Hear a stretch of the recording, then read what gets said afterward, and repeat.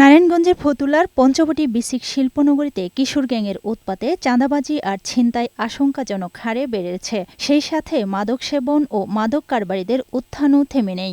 এদের অপতৎপরতায় অতিষ্ঠ ভুক্তভোগী শিল্প মালিকরা। অনাকাঙ্ক্ষিত ঘটনার কারণে অনেকেই অবজার্ভ করছে, অনেক বায়ার আসতেছে না বা ভয় পাচ্ছে। আমরা যেদিন স্যালারি দিই, ওয়েজেস দিই, বেতন দিই, বোনাস দিই, কিশোর গ্যাংদের একটা উৎপাত থাকে। এসব সন্ত্রাসী চাঁদাবাজ থেকে পরিত্রাণ পেতে হুঁশিয়ারি ব্যবসায়ীরা সম্প্রতি নারায়ণগঞ্জে বিক্ষোভ, লাঠি ও বাঁশি মিছিল করেন। কিছু দুষ্কৃতিকারী, কিছু চাঁদাবাজ, এরা মার্কেটে আইসা মালিক মহাজনদের জোর জবরদস্তি চাঁদাবাজি করে, তাদের বিরুদ্ধে আমরা এই ঘোষণা লাঠি দিচ্ছি।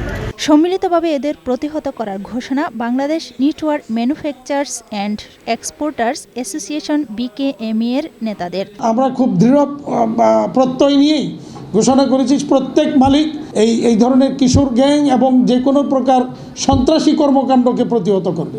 নারায়ণগঞ্জ ইন্ডাস্ট্রিয়াল পুলিশের অতিরিক্ত ডিআইজি আসাদুজ্জামান জানিয়েছেন, টহলের পাশাপাশি গোয়েন্দা তৎপরতা চলছে।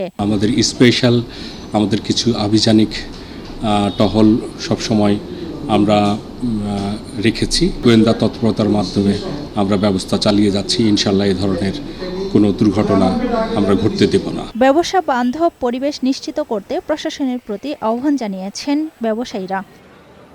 আফরোজা সুলতানা, বৈশাখী সংবাদ।